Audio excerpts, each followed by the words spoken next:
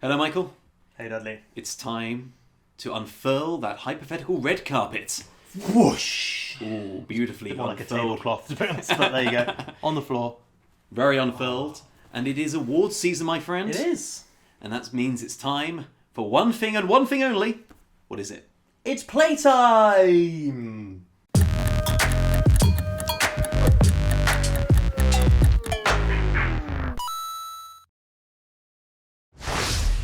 Woohoo! Awards season 2021! That's right, the Playtime Awards Yeah. of 2021, to be It is. precise. And we thought this would be a perfect opportunity for me and you to sit down and talk about what our favourite games of 2021 were. Specifically, a top 5. Top 5. We've each got our own top 5, along with some honourable mentions as well, Yes, honourable mentions. that we're going to sort of whittle through now. Some of them we will have played on the channel as well, and we might have the links to those in the description if you want to check them out. Some of them are our own personal favourite ones that maybe we weren't on the channel. Yeah, stuff we haven't talked about yet, Yeah. which is exciting. Because you know, we don't really play that many PlayStation exclusive games, because I don't have one.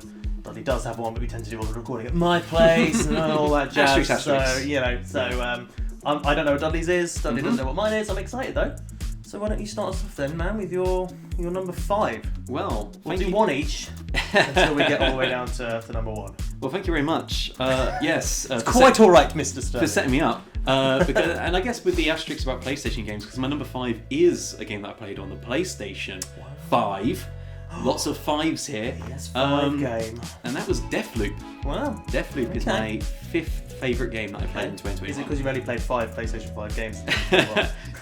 I've That's actually right. played a few more than that, but Right. Deathloop is great. I love the style of Deathloop. Yeah. It has this very sort of 60s spy style. That's like you all over. Yes. I really love James Bond, as we know, and we know on this channel very well.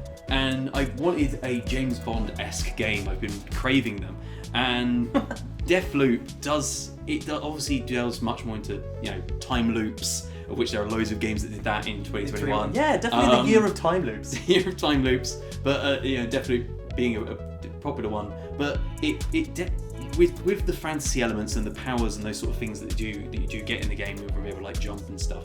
There is still a lot of stealth and sneaky around, and it is about learning over the course of one day that just repeats their patterns and their movements. Yeah. And one of the things that the game does is there's only one way to beat it, to actually kill all the people that you need to kill in the loop and end it. It is a very linear in that sense, but there is experimentation that you can do and can apply to it, which I really, really enjoyed. Yeah.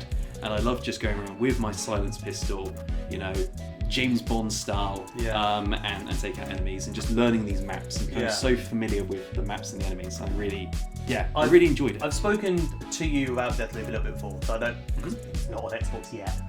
It will be next I year. haven't played it yet, so I'll check it out when it comes to Game Pass, I think. But I think we've spoken, and it's not quite as maybe like varied as the likes of Hitman is it?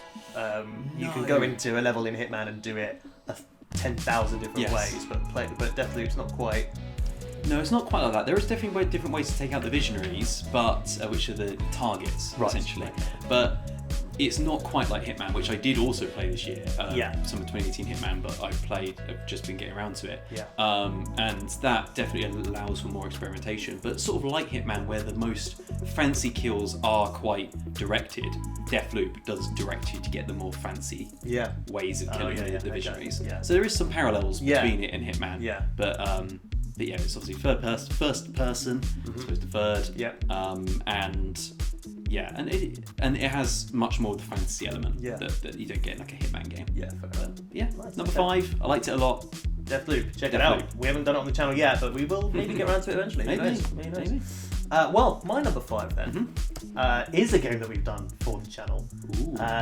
It's one that's been kind of, I think, in beta since maybe like 2018-19, and then it kind of shot onto the scene with a vengeance this year. Launched this year then? And it properly launched 1.0. this year. It had like an official beta this year, and now it's officially launched, and Nice. it is Splitgate. Nice. Yeah. I like Splitgate. You enjoyed Splitgate, Yeah, and you're not even a Splitgate's shooter really person. good. Not well. I like. I mean, them, you like but shooters, yeah. Not my but favourite genre. No, exactly. You like Portal though. Yes, I do like Portal. Whereas I like Portal and Halo. So Splitgate, so much fun. It's basically it's Portal and Halo kind of combined.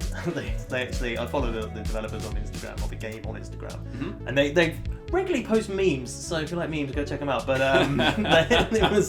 they posted a meme or something with the caption of like, trying to describe Splitgate without using the words Portal or Halo. they know what they are, which is great.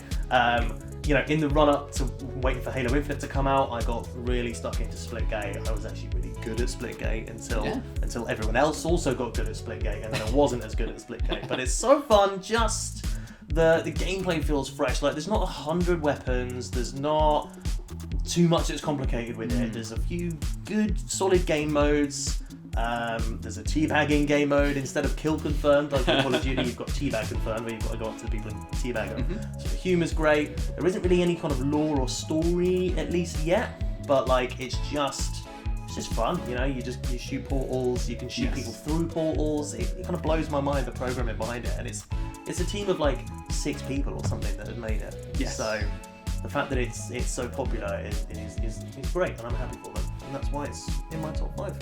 Yeah, that's a great game, great choice. I really enjoyed playing it with you. I've only played like an hour or so. Yeah. But it was very easy to pick up and play. Yeah. I was not bad at it. No, you weren't actually. Even though just jumping in, Yeah. it just because just how intuitive it is. Yeah. From a very base level of design, and good shotgun. If you need a good. The feel of a shotgun is really important for me in a shooter. Definitely has great shotguns. It's a good shotgun. And quite often a one-hit kill. Yes. Yeah. And in fact, it needs to be a one-hit kill if you're up close. Yeah, if it's not, you failed at making your shotgun. The quote that Dudley used in the video, in fact, was, "This is a fun video game for fun people." That was where that quote came from. That was where that quote came from, and it's cropped up a few more times about various things. But yeah, I like it a lot. Yeah. Well done. Good choice. Yeah, no worries. What's your number 4 then, man? My number 4, which is the second on my list, speaking of seconds, is It Takes Two. We also played this on the channel. We did. So Game of the Year as well. Game of the Year at the Game Awards. Game of the Year. Yeah, Game Awards Game of the Year. I think It Takes Two is fantastic. What I love about It Takes Two is just how many mechanics are in it. Yeah. Like, at its core, it is a third-person 3D platformer, I guess. That's like the mechanics that carry over into so many levels. But as you get further through the game, you're in like a Diablo-esque level. There's a bit where you're fighting on the top of a plane. It's like a Street Fighter-esque game. Yeah.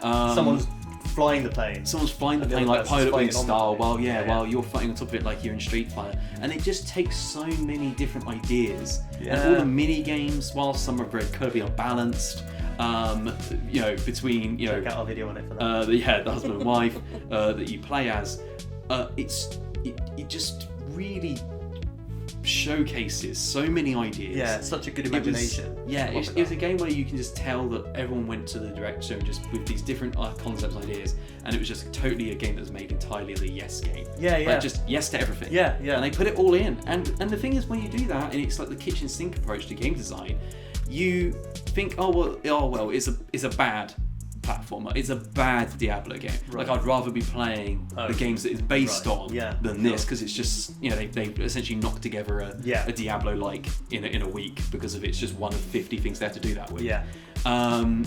But it isn't. Like, it hits them all very effectively. They all feel really good. They all feel good. I've only played like the first kind of 3 main chapters. Oh yes. I did the first sort of chapter with you. Yeah, all on the channel. Video. On the channel, and then we did the second one as well. Did we go into the... Oh no, we just the tree, did we? No, we split the first bit into 2, but then I've done the next couple of chapters with Rebecca, and we've yet to sort of finish it, but I know you finished it since. Yeah, I finished it. I finished it with a friend, so it's so good. I recommend it. I really think you'll love it. Definitely worth the end of the list. I think the story isn't great is the one thing that I think's just... The writing of the story is not fantastic, but everything else around the story I think is really, really good. And we love the developer as well for that. Yeah. We really enjoyed A Way Out. Like, we Yes. didn't finish it on the channel. Maybe we'll get back to it at some point. Obviously, this isn't the next game after A Way Out. But the fact that, there's just so many different ways for you to work together. It's such a good two-player game. I love it. Yeah. To award a co-op game on the Playtime Awards, where it's all about us mostly playing games together as two-player, I think it deserves that as well. GG's. So, GG's. good game. Nice. Well, going then into my number four, is a game that's come out really in the last couple of months. Recent? Recent, yeah. Also kind of up there in the nominations for Game of the Year.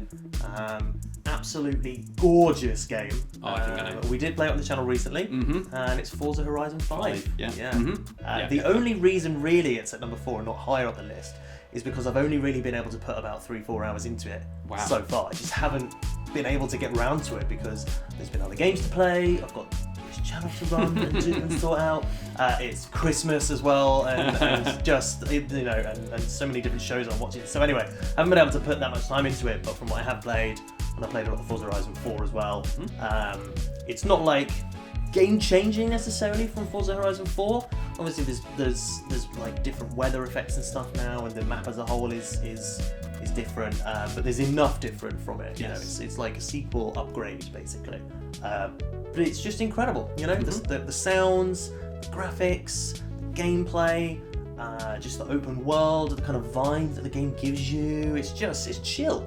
You can just jump in for half an hour, go do a couple of races, or go knock a couple of billboards down, go online and do a load of crazy fun races and stuff like that. I'm going to put so much more time into it eventually, and then it might be a bit higher up my list. But I think that's quite. I had to put it in the list, in my top 5. Definitely. That says just how much you enjoy it, though. The fact that you've only put sort of 4 or so hours in, you scratched the surface of the game, really. Yeah. But you had so much fun with that 4 hours that it was more fun than other things you've beaten and gone It's through. a big game as well. It's 4 hours in like a sort of narrative single-player game. Could almost be half the game. Games can be like 10 hours long. So definitely it's just. It's one of those you complete a race and it's like, oh great, now you've unlocked this. And you get like 12 more events on the map to do. It's just like, oh. But definitely up there. Yes. Yeah. Great choice. I loved watching you play it and giving me a tour of it. Also on the channel, check out. Beautiful. Nice. What's your your third one then? Okay. Number 3 on the list. Number 3 comes from the heart. I wonder if we're gonna have any crossovers. We'll see. I don't think so. From here on out, I think it's absolutely impossible for it there to be, because number 3 comes from my heart. I love this game. Okay. Love it.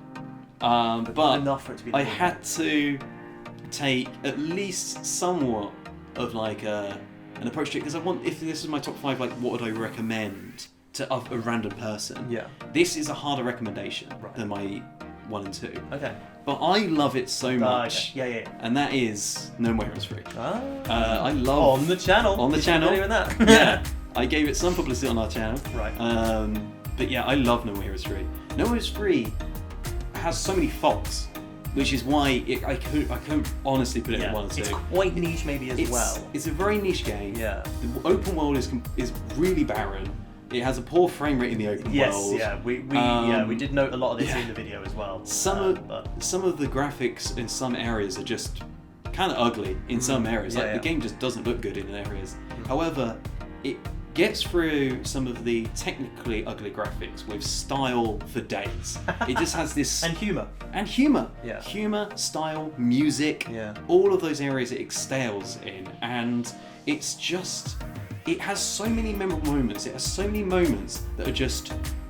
It was worth some of the drudge of having to get through some poor frame rate areas or going through a very barren area of just doing very menial stuff to get to what has the highest highs of any game I played this year. And it's so worth it for that. And it's just created by an auteur that really cares about every element of it. And it has their fingerprints all over it. And I just love, because you just don't get that enough in games, where you do in films, where you watch a Wes Anderson film, it has everything, you just screams Wes Anderson. Games are so, by committing design, they lose that character that comes from game design, because it has to be made by hundreds of people, and it has to be targeted at like the widest audience because it costs so much to make a game, especially like a 3D-esque game, not like an indie game. Yeah. And they come along once a millennium. You get a game that's just so stylized and so has such energy, like a punk vibe that you just love. Yeah. And that is nowhere is free. And it's and the combat of it is the best it's ever been in the series. And quite varied also as well. And very varied. So in gameplay wise, the combat is still fantastic. Just some of the other things around it aren't as great, but you can forgive them for just how much they're doing. Otherwise, I just love it. The story's great, the character's great, the comedy's great, the music is great. I love this game. Great explanation as to why it's sitting kind of smack bab in the middle of your list. It's number 3 for No More Is Free. I enjoyed it when we did it for the video. You showing me it as well, like I did with Forza Horizon. Yes. Had a fun time. Go check that one out as well on the channel. You can feel Dolly's enthusiasm ooze through the microphone whilst we play that game. I love it. Yeah, Love it so much. nice. Well, actually, in a similar vein, then, my Number 3 favourite game of the year. One that we also played for the video, one that I'd heard quite a lot about in the run-up to playing it. I think I know. We were both marvelling at how gorgeous it was. Again, quite possibly one of the best looking games all year. Blows many other AAA games out the window, and again, this is also a small studio. Yes. On Game Pass, and it is The Ascent. Ascent. It zigged before it zagged. I thought I knew what you were going to say. But, Okay. but You might be thinking of my next one. I might be thinking your next one, possibly. But The Ascent. You love this game. You beat this so game. Good. I beat this game, and it's rare these days that I actually complete a game. 100%. Yeah. Because you've got to put so much time into them, and there's so many more games to play, so much more stuff to do, etc. So, but this one really hooked me, and it's not the sort of game I normally play. I'm normally a shooter guy, or maybe an RPG guy. I'll dip into racing, etc. every now and then. But like a twin stick sort of shooter, arcade action sort of thing, I don't normally play them, but there was something about the controls, it just felt really good. The story was intriguing. Well, the story not so much actually, because I didn't fully understand it By the end? By the end, yeah. Right. Or it was like a relatively short story. It was more just like something's going on, you've got to go here and here and here and here and find out what's happening sort of thing. But the world, Yes. I think that's the most important thing about The Ascent is the world that the game is set in, because it's so like rich and detailed, like more than almost any other game. Like, I mean, I haven't really played Cyberpunk, and I've heard that it is a good game, but it does kind of almost blow it a little bit out the water. But it does help that it's from a fixed camera perspective. But having said that, there are videos online where people have like gone into Unreal Engine and you can basically fly around the camera with it. You can go into shops and you can see like magazine covers that you just cannot even see from that perspective. You can see like coffee cups and all sorts of detail in this world. And like, I think multiple times, and Rebecca can attest to this as well, when I was playing this game, I was just be like, man, this game is gorgeous. Just like, you go into a new area and there's neon lights, there's smoke, there's like vistas, and it blew me away really the whole time. You get really awesome guns that you would appreciate. You get like shotguns, but like it's kind of like an automatic shotgun that kind of like spins up and it's like and it just obliterates people. And I'm like, that's a gun for Dudley. Yeah, I mean, I could go on all day about it, but it really surprised me. And like, if you've got a Game Pass, you have to play it. It's no brainer. It's such a good game, and it can be up to 4-player co-op as well. So which is so cool. Yeah. It's such a cool co-op game as well. Drop in, drop out. Yeah. Right? And shout out to the lighting guy. Whoever does the lighting in that for game. The Ascent. Oh, Bravo. Bravo. You deserve a raise. Yeah. That lighting is fantastic. So that is my number 3. Yeah. Nice. Great choice. Thanks, man. Yeah. Great choice. So we're down to our top 2 I thought they'd be on your each. list. Yeah. I'm happy it placed high. Yeah. My number 2. Yeah. Your runner-up, basically. My runner-up. There's a bit of a technicality here. So none of the games on my list, and when we get to honourable mentions, I may touch upon things that didn't fall outside 2021. So I wanted to say everything in these games came out in 2021. Right. However, the game that I played was an Ultimate Edition that came out in 2021. So I'm allowing it. I'm allowing it. And because of that, Control Ultimate Edition is my number 2. When did Control originally come out? Control 2019, August of 2019. Okay, But the Ultimate Edition came out in February of 2021 on PS5 and Xbox Series X. Okay. So I only played it till now, and I think the Ultimate Edition is essentially the definitive edition of the game. Right. And really, the only experience you'd have got if you had a good PC. Because PS4, Xbox One versions of this game, like, poor frame rate, like, just not ideal at all. Yeah. So really, for anyone that plays primarily on console, it really did only come out this year if you want to play a good version of Control. Yeah. And that's what I played. I played Control Ultimate Edition when I got my PS5, because it was something I'd been wanting to play since 2019, but just hadn't had the means to do it. Yeah. And now I've played it, it's amazing. Yeah. Control is incredible. The story is mostly told through like documents and stuff that you find in the environment. So it means that it's a lot of reading, and while the world initially intrigued me, it got to a point where it just became like I was reading like a massive novel. And it was breaking up the gameplay flow a bit too much. I don't mind that too much in games, but like when you find like a log entry and it's like 6 paragraphs, I'm just like, no. There was it came a lot of that. Yeah. So the story didn't completely nail it, but everything else about Control does. Just talking about environmental design and details. The destructibility of the environments in Control is beyond incredible. It's the best I've ever seen in a game. Where just rubble comes out of pillars, you can lift things off the ground. You throw something at a desk and like all the papers just fly, and everything has physics. Like it's just a world where just messing around with the physics using your powers is so satisfying that like you just enjoy. It's fun to play. Just fundamentally fun to play. And I love it for that. The main character is great. I really love her, and so the narrative that she has that isn't just about the world is interesting, but the world building does become a bit too long-winded. But still, her narrative within the world is interesting, and there's just some moments. There's a moment in a hotel. Talking about, No One Who Is Free has moments, and multiple moments. Control has less of those just utterly stand-up moments, but the ones it does have are fantastic as well. There's a moment in a hotel where you put a headset on that you get off of the janitor, and you go through this whilst listening to an absolutely amazing piece of music, this sequence, and it is beyond incredible how good that sequence is. Like, it is so good. It's one of the best things I've ever done in a video game. I love it so much. Control. Recommend it. I love it. I haven't been able to check it out yet, so I haven't had time, but I think it's also now on Game Pass, so I will be sure to check it out. If Control Ultimate Edition is on Game Pass, the Xbox Series X version, yes. It's not too long. I went for all the DLC as well. I think it's a studio that's Microsoft owned, isn't it? No, it's Remedy. But they did Alan Wake. So they were working with Microsoft for a long time. Quantum Break, Alan Wake, well, they did Quantum Break, Alan Break, and then Control. So they kind of ruined the rhyme scheme that they were going for. But so ding it for that as well. But that's why it's not number one. Not number one. But yeah, Control is amazing. I love it. Well, my number two then could be the one that you thought of. We have done a video in it. Thinking of earlier. Also in the running for best game of the year, and rightly so. We did it for a video, as I said. Enjoyed the video a lot, and I said in the video I was going to go and do a playthrough sort of fully of it, and I've put nearly I think so far. I mean, it felt like a lot longer, but I think it's been just over a day maybe that I put into it. So just over 24 hours of solid gameplay. But there's so much to do, which is unusual for kind of a single player game, I guess, these days. But a really amazing game, and it is Psychonauts 2. Yes, that's what I was thinking of.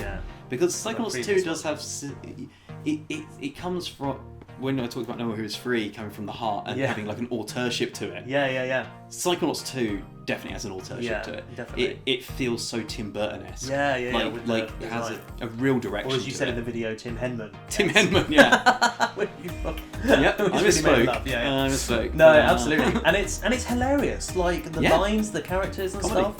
It's rare that like a game will make me laugh out loud when I'm playing it. So rare. It is so funny. The story's really intriguing. I never played the first game, but like there's quite a nice little previously on Psychonauts kind of catch up at the beginning bit to take you through the first game. And then there's so many kind of like nods and flashbacks and stuff to events that happen and things, and it's been really fun to play. The level design is absolutely incredible. The worlds you go to are like in people's brains. Really awesome, and the different powers that you get as well. The combat feels fun, the platforming feels fun, exploration is fun. I've actually like 100%ed all the brains that I visited, not the real world locations yet that I visited, and I'm like so close to finishing it, and I will finish it. I will 100%. 100%ing it. Yeah, hopefully. But yeah, I've enjoyed that a lot, and I'm looking forward very much to what their next game is. Yes. Yeah, great choice. And you're going to play it as well, aren't Oh you? yeah, there's no doubt in my mind that if I played that this year, like went for it myself, that it would make my top 5. Oh yes, such like a good it game is, for you as well. Yeah, it's such a Dudley game, but I really want to play the first one still, because I did start the first one. Right, I never finished it, just because I was playing on PC, so it's just something about that just doesn't make it as easy to relax with, in my opinion. Like when I want to play a game, I like to relax on the sofa, but yeah, Psychonauts, great choice, man. Thanks, man. I'm so happy that you played it and it got to number 2. Yeah, man, number 2. Awesome. It's so good. It's so good. I've been enjoying it so much. Cool, man. So we're down to number 1s, but we've got some honourable mentions to whittle through. Yeah, as well. So yeah, I've got a few. Okay. I just want to whittle through. Yeah. So I got my PS5 in 2021, which means games that launched. As did most people, yeah. Which means games that launched on PS5 in late 2020, sort of November 2020. Yeah. I played in 2021. Of course. So I didn't think I couldn't put them on the list. I think the only one that would probably have made the list would have been, maybe, if I didn't think of this technicality for myself, it'd been a toss up between it and Deathloop, was Spider-Man Miles Morales. I love Spider-Man Miles Morales. It's a great Christmas game or winter game. I know Christmas is gone, but it's so good. It's just more Spider-Man. Spider-Man PS4 is one of the top 3 games on the PS4 in my opinion. And Spider-Man Miles Morales is just more of that. So it does, it just feels like an expansion pack in some ways, and just more, but more of a good thing is still a good thing, of course. Right? So Miles Morales is great. Similarly, another PS4 5 launch title, which was free. Why not download it? It's totally free. Astro's Playroom. Yeah, I've heard good things. Yeah. It's like a 3-hour game, but it feels incredible. Totally sells the controller for the PlayStation 5, and a really fun 3D platformer. Yeah, just from what I've seen, it's good. I love it. Great music, Astro's Playroom. Okay. Really good music. I love it. Then another PS5 game that didn't make the list that I did play and beat this year is Ratchet & Clank Rift Apart. Okay, that would be a lot of people's in their top 5, definitely. Yeah. A lot of people. And I did like it. Yeah.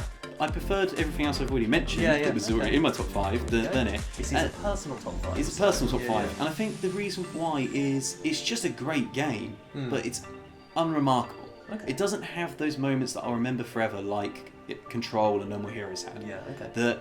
And even Deathloop, there are moments in that will stick with me longer. Right. So when I was looking at the end of the year to make my list, I was thinking back, I loved my time with Ratchet & Clank. There's nothing really wrong with it. Yeah. It's a bit easy, I guess. It's kind of an easy-ish game. Yeah. There's nothing wrong with it, and fundamentally, it's just...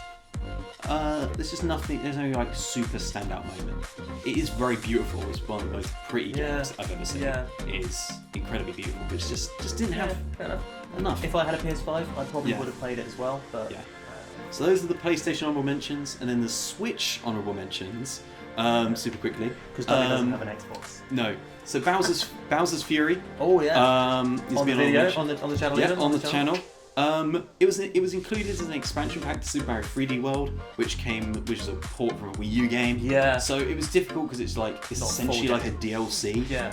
But like weirdly released as part of like a new port. Yeah. It's also like 5 hours long. Yeah. So it's very short, but those 5 hours are pretty perfect. There's almost nothing wrong with Bowser's Fury. Yeah. It's fantastic, but it's just short. Yeah. Fair enough. Also, honourable mention to Mario Golf. A couple of videos in that one. Yeah, a couple of videos in that. I love Mario Golf. Was my favourite Mario sports title. Oh yeah.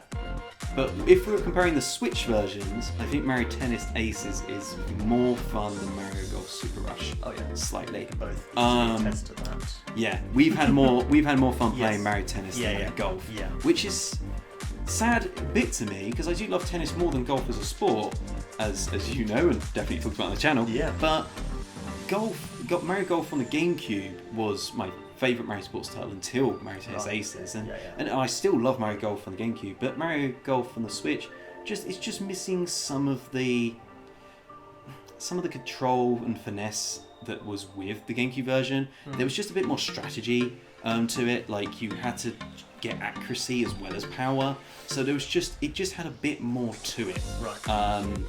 Which Super Rush doesn't have, but Super Rush does have more fun modes. Yeah. I love the modes that we've done, Yeah. where you hit the ball and then you run after it, and the battle golf. Yeah. I just wish there was more to the battle golf, more stadiums than there was. Yeah, there was only 2 stadiums Only 2. and like a different version of each of those stadiums. Yeah, which is a bit disappointing. Yeah. Even though there is now enough golf courses, now it's content complete. They've added even more golf courses, like 9 or something in this at this point. There's a lot, and that's all each of 18 holes. So there's a lot of game there now, but it just falls short a bit in some areas. So I still love Mario Golf, but didn't make a list. Yeah. Also, 2 more. Okay. 2 final ones. Mario Party Superstars. Nice. We played that. We played that yesterday. We played that in person recently. Not yet for the channel. There yeah. will be one inevitably. Eventually, For the channel. Get a couple more guest stars in it. we want to do it 4-player because Mario Party is most fun with more people. Yes. And that's the only reason why it's hard to make the list, because it's a multiplayer game. Yeah. That all my games were games that I play on my own in my top 5.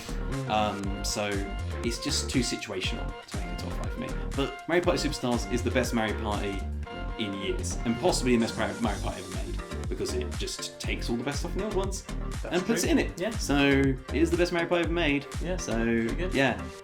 Mario Party Superstars. And then last... I'll just say I won when we played it as well. It was me, you and our other friend. One on 3-player one. And I won. Yes. So yeah, I concur. Good Mario Party game. I played it a bit on my own and I won. What was CPU? No, it's online. Okay, online. fair enough. First Mario Party that's properly online as well. Nice. And it's great. Yeah, okay. Really good online. Nice. So if you do have no friends, you can at least play against randoms. Yeah. So Okay. good for no frienders. And your final. And my final honourable mention needs to go to WarioWare Get It Together, Oh, which is yes. also on the channel. Also on the channel. Yeah. That was hella fun. Yes, I love WarioWare. Hilarious and fun as hell. WarioWare is one of my favourite series of all time, and if you knowing WarioWare was coming out this year, it should have made my top 5, really, because I love WarioWare. It's my favourite. I love Wario. He's my favourite character of all time, and WarioWare is a great series. However, WarioWare Get It Together is more fun co-op than it is single player. Yeah. And because they designed it in a way Yeah. for the whole game to be co-op, it means it loses some of its luster as a single player game compared to the other WarioWares. Yeah. Also, WarioWare Gold on the 3DS had full voice acting for all of its cutscenes. Yeah. And WarioWare Get It Together, a lot of the characters have voice acting, but Wario still only goes back to just saying like one words, while like he just says like yes and wow. Yeah. While in WarioWare Gold, full sentences, just narrating most of the game to you, and that was joyous. Of So course. Yeah. Wario's characterization peaked in WarioWare Gold, and it's disappointing to see it take a step back in WarioWare Get It Together, where I was expecting just more monologues from Wario, and more soliloquies, and and those sort of moments. To be or not to be. It would have been great. So and there was that on WarioWare Gold, so a bit disappointed in that. But otherwise, the rest of the game's still a great WarioWare. But Hilarious. just couldn't make the Good list fun. because of those reasons. Made a good video, I think, as well. So definitely make sure you go watch that one on the channel. Your honourable mentions? My honourable mentions, I've got less than you. Okay. I'll work through them maybe a little bit quicker, we'll say. So, we've played them all on the channel. Okay. There's a running theme here almost, but most of the games I played this year, we did on the channel. Yeah. So,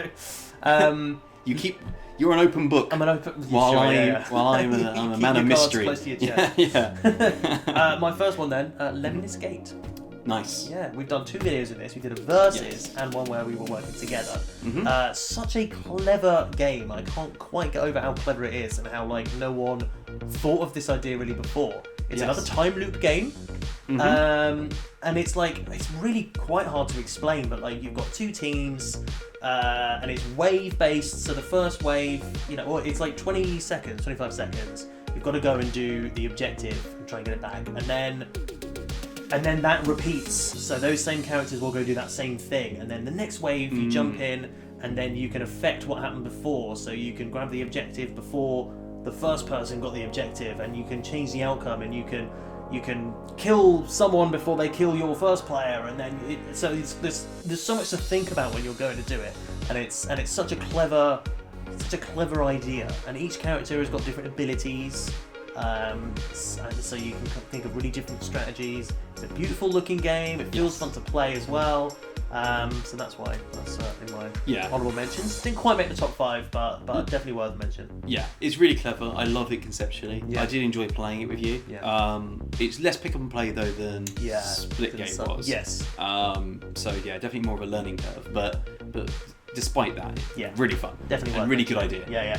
Yeah. My next one then is a fun one that came out this year.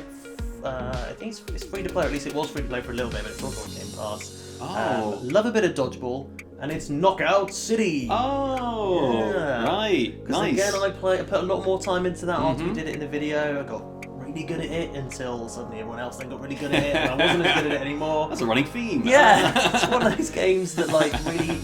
I don't know, I like my multiplayer games, and it does really frustrate me sometimes when you get a couple of games that don't quite go your way, but it's a lot of fun, like just the gameplay, catching the dodgeballs, throwing it in the different ways, the art style is amazing, just tons of fun.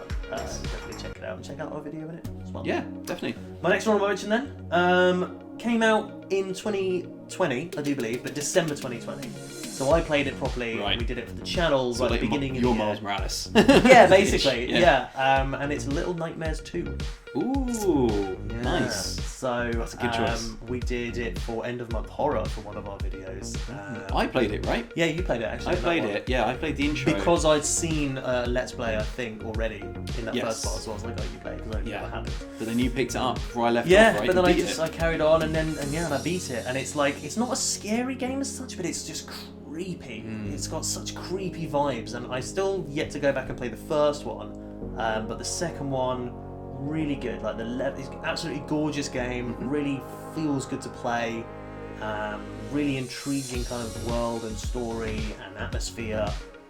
Just great fun. It's also a bit Tim Burton / Tim Henman-esque, isn't it? Sure. So I'd agree. That vibe. Yeah. So definitely enjoyed that one. And then my final honourable mention.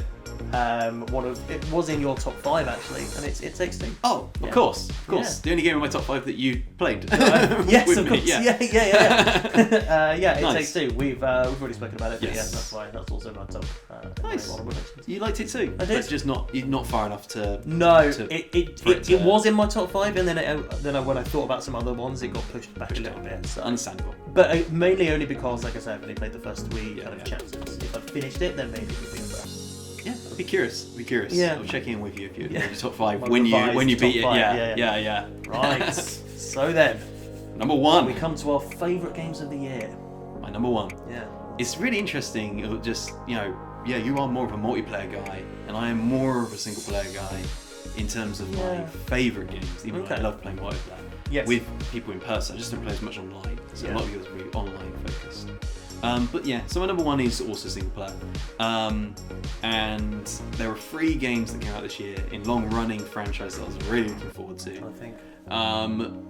No More Heroes was one, WarioWare was the other, and the third one that came out, and I have almost no complaints with, practically none, and so totally delivered on my expectations, was Metroid Dread. I thought, makes sense. Yeah. Love Metroid. Super Metroid is my favourite game on the Super Nintendo, and Super Metroid, which you did play on the channel.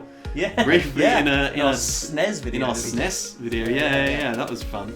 I got to show you the opening 2 or 3 minutes of Super Metroid. But I love Super Metroid so much. I love Metroid Prime, and Metroid Dread is just more Metroid, but done excellently. The controls are fantastic. The way Samus moves through the environment is great. There's so many little details that are really nice. Considering it's played on a 2D plane, it's done in the classic, Metroid style. 2.5D because it is 3D, but it's controlled like a 2D game. And it's just done so excellently well. It has the right level of challenge that you want from this sort of game, where the bosses are really tough. Like most bosses will take you out multiple times, but you really do learn them. So it feels so rewarding because of that challenge. It's by far actually the hardest game on my top 5, but because of that, it's also the most rewarding game that I beat. And when you beat it, you can then do it again. It makes you better at it. Right.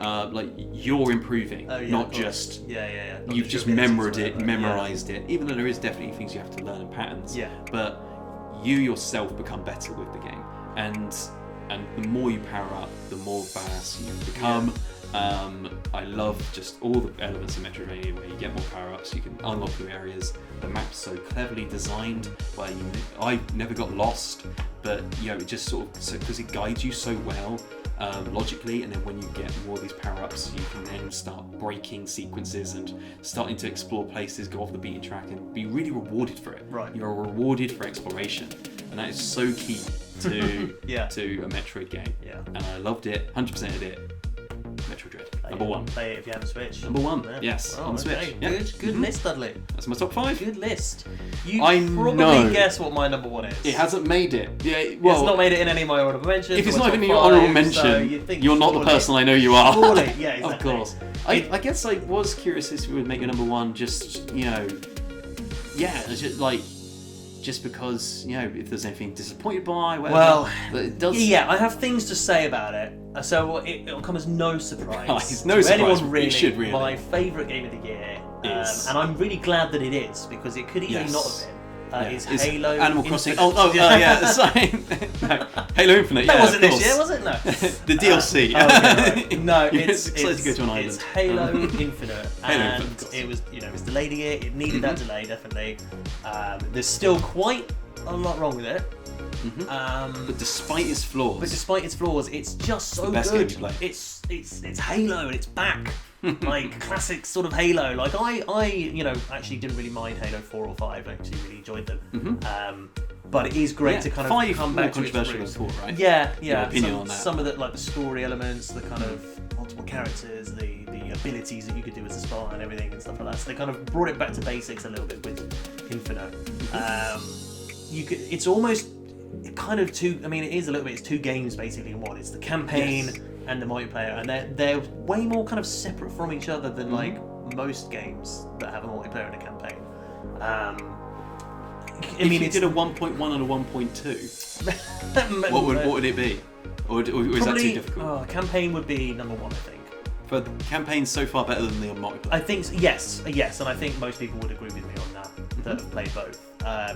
Just multiplayer it still just feels a bit raw at the moment. Like the amount of modes aren't there. They've improved it since launch, definitely.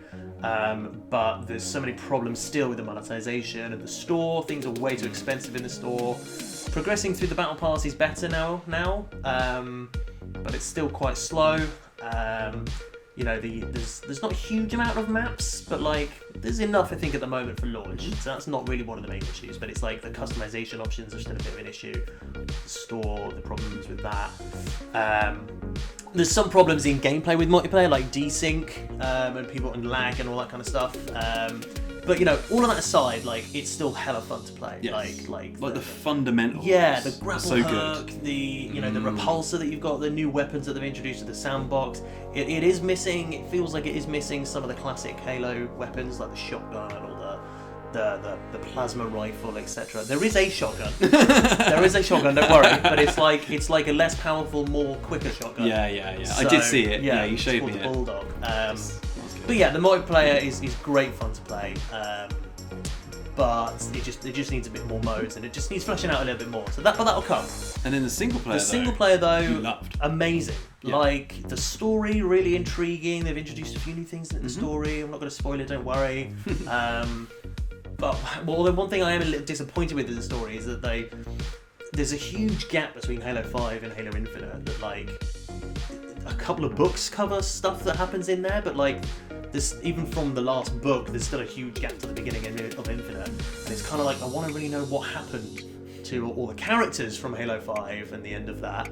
They're referenced in Infinite, like they're off doing something or they're somewhere else or whatever. They're just not in the campaign at all, and then barely mentioned.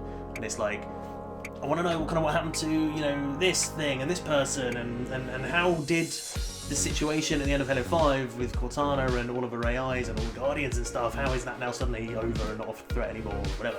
So anyway, so there's bits of that, but like, yeah, the gameplay, the exploring the whole Halo ring with the grapple hook is amazing. The game, the fighting with the Banished and all the characters and stuff, it's just great. Classic Halo. My main real complaint probably is just the lack of like variety in the environments. I think we mentioned this in the multiplayer that we did on the channel. Yes. And it hadn't come out at that point in the campaign when we recorded that, but like we were like, I'm not sure if it's just going to be kind of just foresty and like green grassy hills Like and Halo stuff, 1, like that level in Halo 1. It is. There's no like desert biome, there's no snowy canyons, there's no like misty swamps like there are in all the other games. You know, Halo 3, Halo 2, Halo 1, you go to so many different locations and biomes, and the variety is great. But in Infinite, it is just that one environment. But from what I've seen online, it's like a 10-year game. That's what they're planning, and I think they're going to be chucking out story DLCs, DLC expansion packs. Yeah, a little bit like, I guess, kind of how they do Destiny. You know, like Destiny 1 or 2, and then there's a huge story expansion sort of thing added to it. The irony of that. Yeah, a little bit. Yeah. So 3 for 3 is copying Bungie. Bungie. We're back at square one. Yeah. But and I think, you know, that hopefully they'll have more like biomes and deserty stuff, and other areas of the ring that you can explore. That's what I'm hoping. That makes sense, because it is like an open world-y game, and when they do add expansions to open world games, from the examples I can think of, they do take you to different areas. Yeah. Like, you don't just put DLC in the world that you've already got. No, exactly. So, you know, most of the time. Yeah. So that makes a lot of sense. Yeah. And so you're disappointed by some things that aren't there, but what is there? Yeah. You have no complaints. It's still with it, great. It's still great. Absolutely. So, and that, I watched you play, and that grapple hook changes the game. Oh, hugely. yeah, it does. Traversing with the grapple hook almost negates some vehicles. Points. Like, sometimes just swinging around with the grapple hook is better than and because it's like else. you might need to get up a hill, so it's like you can go so far with a mongoose or a goat, but you need to get out to then go up the blooming cliff face to get what you need to get. So you might as well grapple it all the way. Yeah. It's basically Spider-Man. Yeah, you can kind of do Spider-Man. So that's why you'd enjoy it. So it does look fun. Yeah, and so that's why it is in my number 1 spot. Makes sense. It does make sense. I was wondering, because I had heard some of your complaints before. I was wondering if that was going to be enough to knock it down. But knowing what you loved and you'd love, it's like if you love something so much, you do sometimes forgive some of its flaws. You forgive some of its flaws. So I can see it. And the soundtrack is great as well. Great soundtrack. Has Halo ever done a bad soundtrack? No, well, but 4 and 5 maybe aren't seen as maybe as iconic. Okay. Because it's maybe less of some of the main themes from the earlier Halo games, but like in this, they've kind of they bring a lot of the classic themes back, but with like variations to them, and with the choir back and the mystery and stuff like that to it. And it's all good. Oh. Good soundtrack. Nice. Well. Both our number 1s star someone in a helmet with a visor. Yeah. Exactly. So that's that at least. that's one of the things we've got in common. Well, we hope you enjoyed our list there of our favourite. Congratulations to the winners. Yes. We hope that you put Playtime Game of the Year 2021 on your box art with parentheses Duds or Mike underneath it. The quote of "It's a fun game for fun people." Fun people, yeah. Even if we didn't say that about your specific game, you can you can use it. You can put that in. Permission. I want to see that on the next Halo Infinite box art when they re-release it for the Game of the Year edition. Of course, The Playtime quote. Let us know in the comments what your top 5 games are of 2021. Yeah, comment below. If you had any similar games to us or completely different games, that'd be great. Let us know what your top 5 were. I'd love to read those. Yeah, that would be good. And thanks for joining us for this one. Keep an eye out on the channel for new videos every Tuesday and Friday. Yes. New Playtime game videos, and then Sundays every now and then for either a best of the month or a quiz time video or maybe another little sit down chit chat kind of video like this. But Who knows? We hope you had a wonderful 2021. And here's to an even better 2022. Yes. Bye. Take care, guys. Bye.